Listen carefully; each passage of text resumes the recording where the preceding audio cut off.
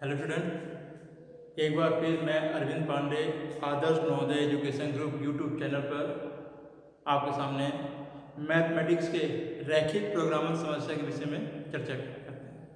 पिछले कुछ वीडियो में हमने बताया कि रैखिक प्रोग्रामन समस्या कैसे सॉल्व करते हैं और उसके आलेख को कैसे बनाते हैं, अधिकतम तथा न्यूनतमीकरण कैसे ज्ञात करते हैं। इसके पहले एक वीडियो दिया, उसमें हमने बताया कि अगर कथनात्मक क्वेश्चन योजना को संख्यात्मक नहीं स्टेटमेंट पूरी योजना को कथनात्मक रूप में दिया हो तो उससे उद्देश्य फलन कैसे बनाते हैं और विरोध कैसे बनाते हैं, क्योंकि उद्देश्य फलन और विरोध बनाने के बाद ही हम क्वेश्चन को सॉल्व कर सकते हैं। जिसमें हमने बताया था कि दो, एक उत्पादन संबंधी और दूसरा आहार संबंधी, उत्पादन संबंधी और आहार संबंधी। एक तो बच गया था उसमें, और इस चैप्टर का लास्ट टॉपिक है वो परिवहन संबंधी समस्या, कि जब कोई भी योजना परिवहन संबंधी हो और संख्यात्मक न होकर के वो व्याख्यात्मक हो, स्टेटमेंट क्वेश्चन हो, तो उस योजना को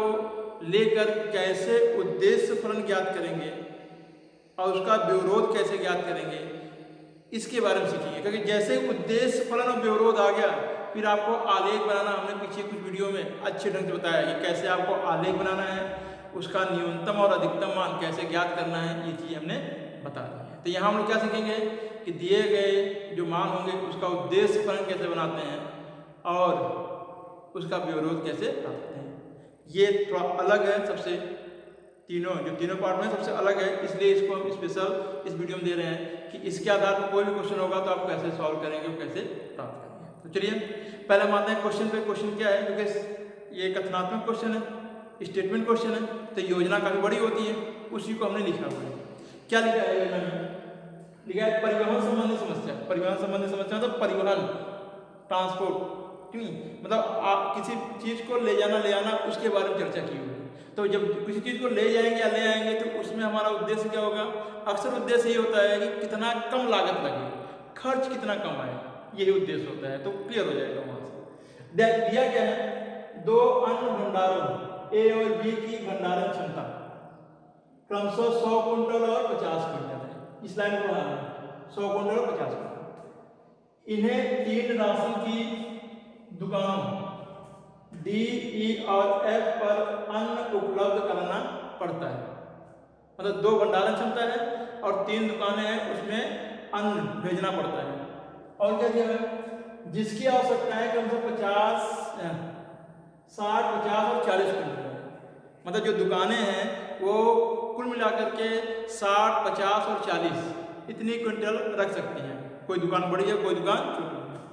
तो क्या है, उस कंडीशन में भंडारों से दुकानों की प्राप्त क्विंटल परिवहन व्यय निम्न सारणी के अनुसार, जो हम अन्न भेजेंगे उसमें जो परिवहन व्यय होगा वो दिए गए सारणी के अनुसार है। कैसा है? प्रति क्विंटल परिवहन रुपए में, मतलब 1 कुंटल का खर्चा को से, मतलब एक पॉइंट से दूसरे पॉइंट, ठीक है। ए और बी ये क्या है? भंडारण क्षमता है ए, तो से यहां से डी, ए से अगर डी को भेजता है, ए से ई को भेजता है, ए से एफ को भेजता है, तो क्या होता है? 6 रुपए, 3 रुपए और 2.5 रुपए खर्चा होता है। और ठीक इसी प्रकार से बी से अगर डी को भेजता है 4 रुपए, बी से ई को भेजता है 2 रुपए और बी से एफ को भेजता है तो 3 रुपए ये खर्चा दिया गया, ये क्षमता दिया गया, ठीक है। तो उसके आधार पर कितना भेज रहा तो पता नहीं है, लेकिन ये 1-1 क्विंटल का खर्चा है। तो कह रहा है उस कंडीशन में परिवहन व्यय के न्यूनतमीकरण के लिए आपूर्ति का परिवहन कैसे किया जाए, मतलब इसको किस प्रकार से भेजा जाए, कितनी कितनी मात्रा में अन्न इन भंडारण क्षमता से दुकानों पे भेजा जाए। जैसे कि जिस प्रकार की न्यूनतम परिवहन व्यय क्या हो प्राप्त हो जाए, अर्थात कितना कितना हम अन्न भेजें, कितने क्विंटल अन्न भेजें जिससे कि खर्च कम लगे और जो न्यूनतम खर्च होगा उसकी वैल्यू ज्ञात करना है। तो उद्देश्य क्या है? न्यूनतम व्यय। क्या है? न्यूनतम। देखिए इस योजना को बड़े सिंपल ढंग से एक एक लाइन पढ़ेंगे और बड़े सिंपल तरीके से हम सॉल्व करेंगे। कैसे करेंगे? हमारे पास अन्न भंडार है, हमने यहाँ पे क्या किया, एक अन्य भंडारण है। ये स्थानीय ग्राफ आधार है। इस ये तो खैर उद्देश्य फलन और व्यवरोध बनाने के लिए ग्राफ है। इसका जो सोल्यूशन होगा वो आलेख, वो तो उद्देश्य फलन और व्यवरोध से हम ज्ञात करेंगे, वो अलग चीजें हैं जो हमने पिछले वीडियो में बताया है। यहाँ पे हम केवल उद्देश्य फलन और व्यवरोध कैसे बनाते हैं उसके बारे में चर्चा कर रहे हैं, क्योंकि वो बन जाएगा तो आगे क्वेश्चन आप सॉल्व करोगे। ये क्या है, ये आपका ए होगा। इसके पास क्षमता कितनी है, 100 क्विंटल, 100 क्विंटल। यहां पे बी है, बी, इसके पास क्षमता कितना है, 50 क्विंटल। ये दोनों भंडारण क्षमता 3 जगह, एक दुकान, 2 दुकान और इन तीनों दुकानों पर अन्न भेजना चाहते हैं। ये मान लीजिए डी है, ये कौन सा है, ई, और ये एफ। डी की क्षमता कितनी है, 60 क्विंटल, इसकी क्षमता कितनी है, 50 क्विंटल, और इसकी क्षमता कितनी है, 40 क्विंटल। तो ये इतने क्विंटल अन्न रख सकते हैं। और जबकि अन्न आना कहां से, ए और बी से। हमने क्या माना कि ए जो है वो डी को x क्विंटल भेजता है। कितना होता है, ए डी को कितना होता है, x। यही ए ई को y क्विंटल भेजता है। ऐसा माने, केवल x और y मानेंगे। जो हमने यहाँ लिखा भी है कि माना अन्न भंडार ए से राशन की दुकान डी तथा ई तक अन्न क्रमशः x और y क्विंटल को होता है। हमने केवल एक माना, ए से डी और ई को x और y क्विंटल भेजना, बस। इसका बाद सारा माना जाएगा, कितना होता है, x और y। तो सारा क्योंकि जो क्षमता है वो पूरी की पूरी जो है अन्न भेजना चाहता है। अगर x इसको दे दिया, y इसको दे दिया, तो बचा कितना इसके पास, 100 टोटल थे। 100 में से x एक बार निकाल दिया, y एक बार निकाल दिया, और जो शेष बचेगा वो क्या होगा, 100 माइनस ब्रैकेट में x प्लस y। कितना होगा, 100 माइनस x प्लस, यही बचेगा।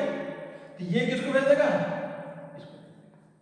जो बचेगा वो पूरा पूरा किसको दे दिया, इधर भेज दिया, 100 माइनस x प्लस y। ठीक है, क्योंकि x इसको भेज दिया, y इसको भेज दिया, जो बचेगा पूरा पूरा इसको। अब देखिए इसके पास 60 था, क्षमता कितनी है, 60, पाया कितना, x। अब x का मान कुछ भी हो सकता है, पता नहीं, हमें नहीं पता इसका, कुछ भी हो सकता है। अब अगर इसको और चाहिए तो कितना चाहिए, जितना मिल गया है उसको हम क्या करेंगे, 60 में से घटा देंगे, उतना और चाहिए। तो इसका मतलब ये अगर कुछ कमी हो रही है तो किससे देगा, 20 से, और कितना देगा, 60 माइनस, क्योंकि 60 से अधिक ले नहीं सकता, 60 से कम ही लेगा, तो 60 माइनस एक्स, क्योंकि x मिल गया है तो 60 माइनस एक्स और लेगा, कुल मिलाकर के x कट जाएगा 60। ये कितना लेगा, इसको कितना बचेगा, निश्चित तौर पे कितना बचेगा, 50 माइनस। अब तीसरा कंडीशन, b जो है f को कितना भेजेगा, तो आपके पास दो शर्त, जितना पा लिया है वो उसको 40 में से घटा देंगे, पहला शर्त ये, और दूसरी शर्त 50 में से इन दोनों को जोड़ के घटा देंगे, क्योंकि जो बचेगा इसके पास वो पूरा उसको भेजेगा। तो हम क्या करेंगे, जो बचेगा वही भेजेंगे। तो बचा कितना है इसके पास, 50 टोटल है, माइनस इन दोनों का योग 60 माइनस एक्स प्लस 50 माइनस। अब इसको हम सॉल्व करें, इस पूरे को सॉल्व करें, क्या ऐसे नहीं दिए, देखिए 50 50 कट जाएगा, x प्लस वाई या हो जाएगा, इसको या करके लिख देते हैं x प्लस वाई माइनस 60। ठीक है, चाहे ऊपर वाले को चाहिए, दोनों का मतलब इतनी जो है मात्रा अन्न को ये इसको भेजता है। हमने केवल 2 माना था, और इस आधार पे सारे मान ये प्राप्त हो गए। फिर से ध्यान रखिएगा कि यही मेन है, ए डी को x भेजता है क्विंटल, ए डी को y क्विंटल भेजता है, तो जो बचेगा पूरा का पूरा किसको देगा, f को देगा। ये पाया कितना x, इसके बाद क्षमता कितनी है 60 का, कितना और लेगा, 60 माइनस x। इसके पास क्षमता कितनी है 50 का, कितना पाया गया, y, कितना और लेगा, 50 माइनस y। इस 50 होना नहीं, इस 50 माइनस y। अगर यहाँ 50 नहीं होता, यहाँ कितना होता, 70 होता, तो कितना होता है यहाँ पे 70 माइनस। यहाँ अगर 80 होता तो 80 माइनस। ये ध्यान रखना है, जितना क्षमता है उसमें से y को घटा देंगे। और टोटल b के पास कितना है, 50 है, तो टोटल में से इन दोनों को जोड़ के घटाएंगे, तो जो बचेगा वो पूरा किसको देगा। ये एक आधार हो गया पूरे इस आलेख को, पूरे योजना को हम एक छोटे से ग्राफ में शो कर दिए। उसी को हमने लिखा है, क्या लिखा है कि उपरोक्त प्रदत्त आंकड़े को, जो प्रदत्त आंकड़े हैं, आंकड़ों को, ठीक है, आंकड़ों ग्राफ से दिखाया गया है। जो प्रदत्त आंकड़ों हैं, जितने भी आंकड़े हैं यहाँ पे, उसको ग्राफ से दिखाया गया है। क्या ऐसे लिख दो, क्या यहाँ पे ऐसे सकते हो आप, प्रदत्त आंकड़े को ग्राफ से दिखाया गया है। ये ग्राफ दिखाया गया है। अब पहला पॉइंट है उद्देश्य फलन ज्ञात करना। क्या क्या करना, उद्देश्य फलन।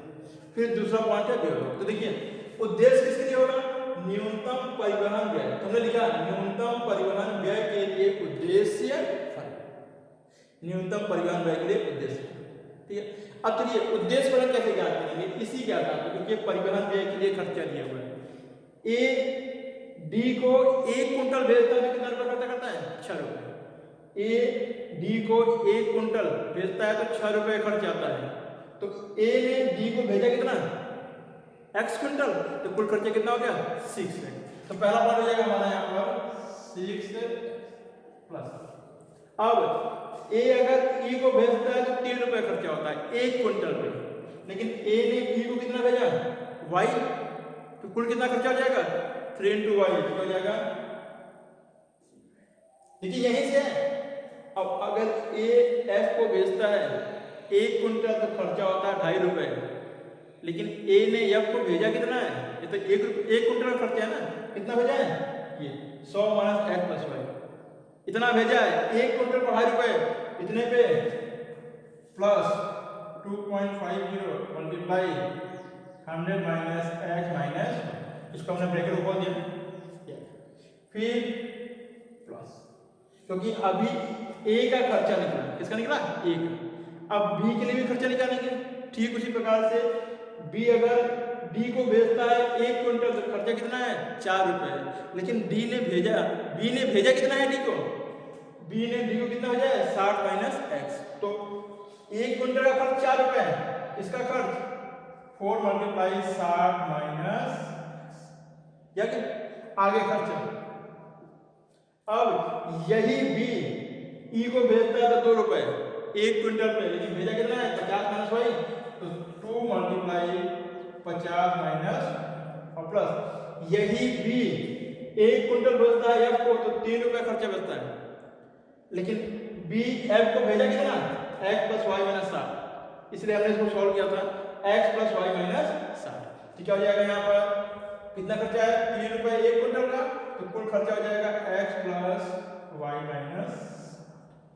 ये रहा आपका उद्देश्य फलन। लेकिन ये उद्देश्य फलन काफी बड़ा है, तो इसको हम क्या करेंगे, सॉल्व करेंगे, इसको हम क्या करेंगे, हल करेंगे और छोटा बनाएंगे, ठीक। तो देखिए हल करते हैं, यहाँ पर यहाँ से लिखते हैं, यहाँ से ये हो जाएगा आपका बराबर 6x प्लस 3y, यहाँ से सॉल्व करिए, 100 का 250 की जगह 250 माइनस 2.5x 2.5y प्लस 6 का क्यूब 240 माइनस 4x प्लस यहाँ से 100 माइनस यहाँ से 2y और plus 3x plus 3y minus 180। अब देखिए x और माइनस एक्स और यहाँ x, इन सबको जोड़ेंगे। जैसे हम इनको जोड़ेंगे तो हमारे पास एक रिजल्ट प्राप्त हो जाएगा, और रिजल्ट क्या हो जाएगा, यहाँ से 6 में 4 गए और 6 3 9 प्लस प्लस जोड़ दिया, और 9 में से 4 2 6, 6.5 घटा देंगे तो कितना हो जाएगा, 2.5। तो रिजल्ट क्या आ जाएगा, जेड की वैल्यू। चलिए हम यहाँ पे प्लस को इरेज कर देते हैं और फिर आपको बताते हैं यहाँ जगह है। तो यहाँ देखिए, तो जो हमारे पास जेड की वैल्यू होगी वो क्या होगी, इसको सॉल्व करने के बाद आपके पास जेड की वैल्यू प्राप्त होगी। तो जेड की वैल्यू क्या होगी, यहाँ से देखिए जेड बराबर,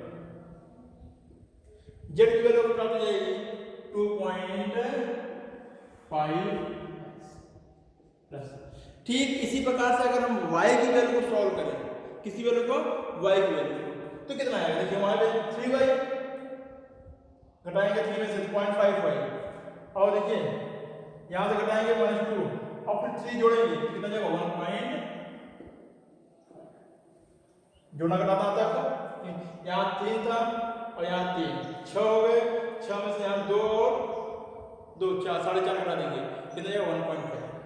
और फिर देखिए संख्यात्मक 250 है, 240 है, प्लस में यहाँ 100 प्लस में है और 180 माइनस में है, तीनों को जोड़ करके अगर घटाएंगे कितना आएगा? 410, तो जाएगा आपका 410, और यही आपका क्या हो जाएगा?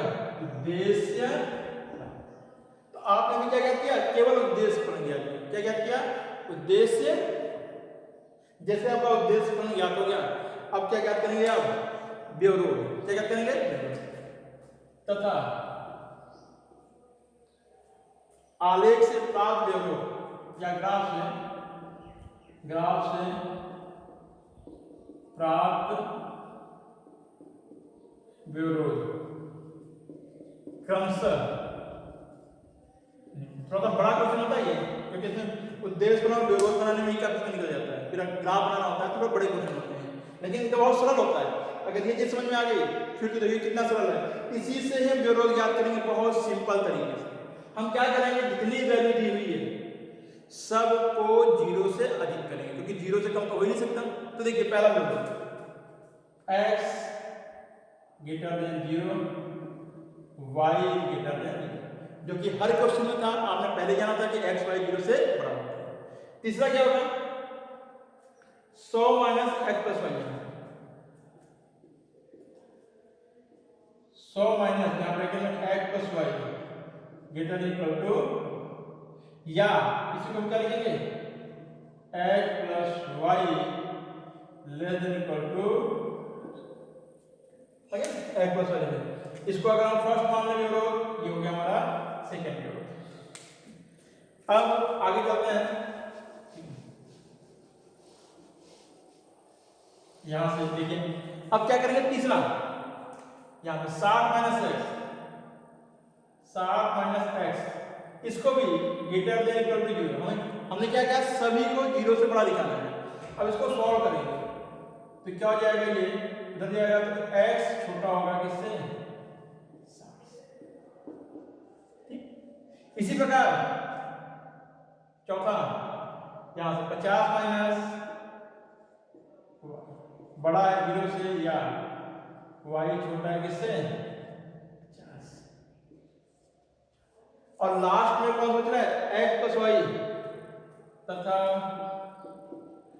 x प्लस y माइनस 100 बड़ा है 0 से, या इसको लिख सकते हैं x plus y greater equal to, यहाँ पे 100 नहीं है बस 60 है, x प्लस y माइनस 60 दिया जाएगा ग्रेटर इक्वल टू 4। तो आपने देखा 1 2 3 4 5 व्यवरोध हो गए। ये तो फिक्स है, सब में होता है, पता नहीं काम को करता है। ये 4 व्यवरोध लेने हैं, 1 2 3 4, इन्हीं चारों से हम आलेख बनाएंगे जो हमेशा बाउंडेड होगा। क्या होगा? परिबद्ध होगा। इसका जब भी आलेख बनाएंगे तो परिबद्ध ही निकलेगा, ध्यान रखिएगा, ठीक नहीं, अपरिबद्ध निकलेगा, चारों तरफ से घिरा हुआ निकलेगा। फिर परिबद्ध क्षेत्र बनाएंगे, आलेख बनाने पे कोणिक बिंदु ज्ञात करेंगे और उन बिंदुओं को जेड में रख करके न्यूनतम परिवहन व्यय ज्ञात करेंगे। जिस बिंदु पे न्यूनतम परिवहन व्यय आएगा उसके आधार पे x y का मान रख करके इसमें हम ज्ञात करेंगे कि प्रत्येक भंडारण क्षमता दुकानों को कितना अन्न भेजता है। तो वो आलेख के द्वारा, जैसे कि पीछे क्वेश्चन आप सॉल्व कर सकते हैं।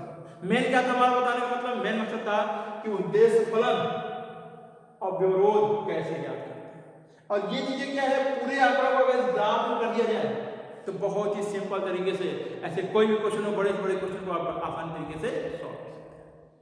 इस प्रकार कई क्वेश्चन रहेंगे, उनको आप लीजिए और इस प्रकार से व्यवरोध और उद्देश्य फलन बना करके केवल उतना नहीं, इसके आगे भी सॉल्व कीजिए। यहाँ पर मैं इसके आगे क्यों नहीं बता रहा हूँ कि इसके आगे के जो आलेख है वो हमें पिछले वीडियो में कई बार बता चुका हूँ, कई एग्जाम्पल लेकर के आपको बता दिया हूँ कि परिबद्ध और परिबद्ध दोनों के कंडीशन बता दी। इसलिए यहाँ पे केवल मैंने क्वेश्चन को लेकर के आपको व्यवरोध और उद्देश्य फलन के बारे में बताया है।